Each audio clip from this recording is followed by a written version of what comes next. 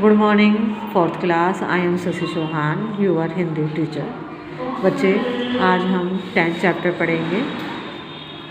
Page number है 79।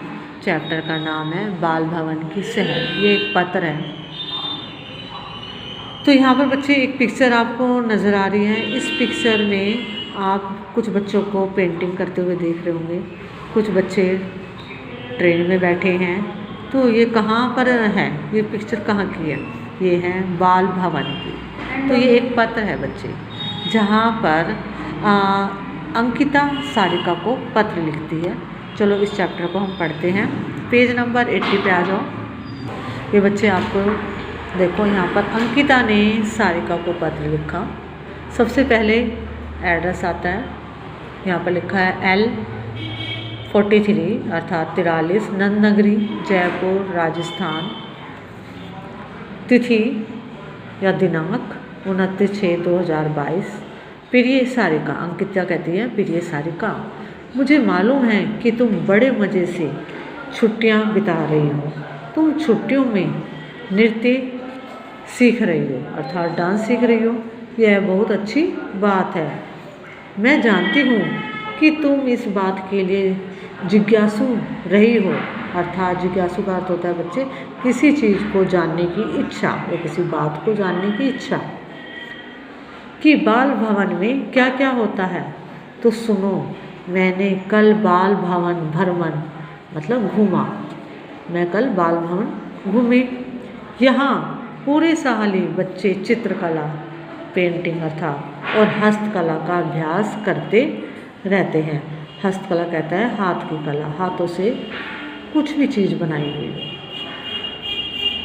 ग्रीष्म यानी गर्मी, एवं शीतकालीन यानी सर्दी, अवकाश छुट्टी में विशेष कार्यक्रमों का आयोजन किया जाता है, जैसे चित्रकला प्रदर्शनी, खेल कूद, नृत्य एवं कल्चर, शिल्पकला आदि। हाँ बच्चे, कल्चर का अर्थ होता है जो हमारी संस्कृति होती है, उसको हम कल्चर बोलते हैं। आगे है बाल भवन भ्रमण पर मतलब बाल भवन घूमने पर मैंने देखा कि वहाँ गणेश उत्सव यानी कि मेला के उपलक्ष्य में प्रत्येक बच्चा अपने हाथों से बाल गणेश की मूर्ति बना रहा है। यानी कि सभी जो बच्चे थे, कुछ बच्चे गणेश जी की मूर्ति बना रहे थे। सच में बच्चों द्वारा बनाई गई इन प्रतिमाओं को बनाने का अपना ही आनंद था। प्रत्येक मूर्ति की अपनी एक अलग ही छवि थी। मूर्ति कैसे बनानी होगी, यह प्रश्न बच्चों को बिल्कुल परेशान नहीं कर रहा था। कुछ बच्चे ने मिट्टी की एक गोल आकृति बनाई और उसमें एक सूंड चिपका दी। बस बन गए उनके गणेश। बच्चे, सबका बनाने का तरीका अलग अलग था। जैसे कि इसमें बताया गया है, कुछ ने एक गोल मतलब आकृति उसकी गोल बनाया, उसको फिर अलग से सूंड बनाई और उस पर चिपका दिया।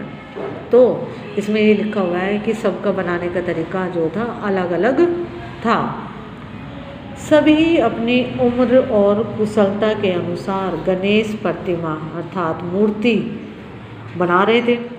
अब प्रतिमा जो थी, कोई नाक, हाथ, पैर, लड्डू आदि जोड़ते चले जा रहे थे। अब सबको बच्चे ये तो पता ही है, आपको भी पता है, गणेश महाराज जी जो है उनकी जो नाक होती है एक सूंड होती है, हाथ कैसे होते हैं उनके, पैर कैसे होते हैं, कोई बैठे हुए भी होते हैं, कोई गणेश जी खड़े हुए भी होते हैं।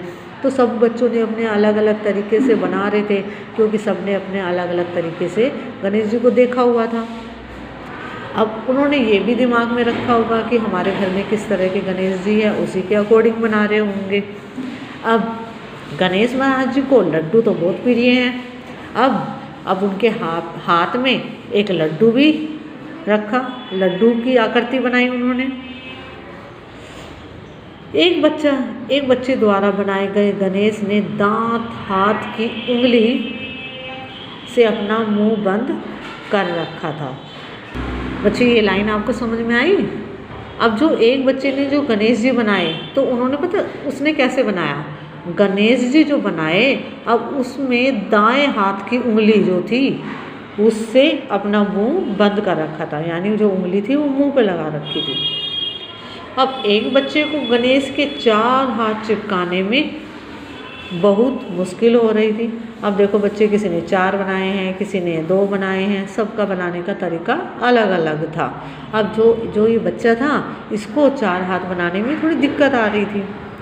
अंत में उसने ज़मीन पर ही 4 हाथ चिपका दिए। फिर एक हाथ पर एक एक लड्डू रख दिया। अब 4 हाथ बनाए थे, अब वो चिपक नहीं रहे थे, अब वो 4 हाथ उसने ज़मीन पे ही रख दिया और उस पे एक एक लड्डू रख दिया। ये भी अच्छा था। उसने बड़ी सरलता से अपना हल ढूंढ लिया। मुझे यह देखकर बहुत प्रसन्नता हुई, अर्थात खुशी हुई कि यहाँ बच्चों की प्रतिभाओं को निखारने के अनेक अवसर उपलब्ध थे। बाल भवन के दक्षिण दिशा में एक हॉल था, जहाँ दही हांडी के पूर्व पर हर बच्चा एक एक मटकी रगने का काम करता दिखा। बच्चे वहाँ पर बहुत बच्चा अपने तरीके से कुछ भी कार्य वहाँ पर कर सकता है। जैसे कोई पेंटिंग कर रहा है, कोई गणेश जी बना रहा है, कोई कुछ भी बना रहा है। अब जैसे दही हांडी का था, तो उसमें भी उस हांडी में रंग भरने का काम भी था। अब लिखा आगे, बच्चों की ऊंचाई के अनुसार मटकियों को टांगा जा रहा था। अब बच्चे जैसी जिसकी हाइट थी, जैसी ऊंचाई थी, उसी के अकॉर्डिंग जो मटकियाँ थी उसी को टांग रहे थे। और इस बात का ख्याल भी रखा जाता था कि प्रत्येक बच्चे को मटकी फोड़ने का अवसर ज़रूर मिले। अब बच्चे ये देखो, जो मटकी बना रहा था और उसको टांग भी रहा था अपनी ऊंचाई के अनुसार, तो उस मटकी को फोड़ना भी था। अगर कोई बच्चा मटकी फोड़ नहीं पाता था, तो इसमें लिखा है कि वह कम से कम वार तो अवश्य कर पाए। वार मतलब उसको मारे, हड्डी को, या हमला उस पर कर सकते हैं, यानी मारना उसको, ताकि सभी बच्चे मटकी फोड़ने का आनंद उठाएं।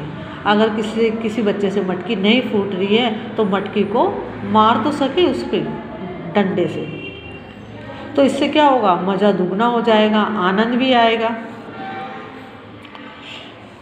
अब उन्होंने कुछ अन्य गतिविधियाँ भी की। गतिविधियाँ मतलब एक्टिविटी की भी, जैसे पानी और कीचड़ का एक विशाल गड्ढा बनाया जाना, ताकि हांडी फोड़ने के दौरान सभी कीचड़ में जा गिरे। तो सभी बच्चे आनंद ले रहे थे कुछ के। अब हांडी फोड़ने के बाद वो कीचड़ में भी गिर रहे थे और सबके चेहरे पर खुशी थी। दीपावली के लिए दियों को रंगना, रंगोली बनाना, ग्रीटिंग कार्ड बनाना और मोमबत्ती बनाने का सारा काम बच्चे खुद ही कर रहे थे। बड़े लोगों को त्योहारों में कोई नवीनता भले ही ना दिखे, नवीनता मतलब नयापन ना दिखे, लेकिन बच्चों के लिए हर साल त्यौहार एक नया जोश और उत्साह लेकर आता है। तुम भी तो हर त्यौहार पर कुछ न कुछ नया करती रहती हो ना। अपने मम्मी पापा को मेरे नमस्ते कहना। कौन कह रही है? अंकिता कह रही है। मीनू को मेरी तरफ से स्नेह देना। एक बढ़िया सा नृत्य यानी डांस का जो वीडियो है बनाकर मेरे लिए भेजना मत भूलना।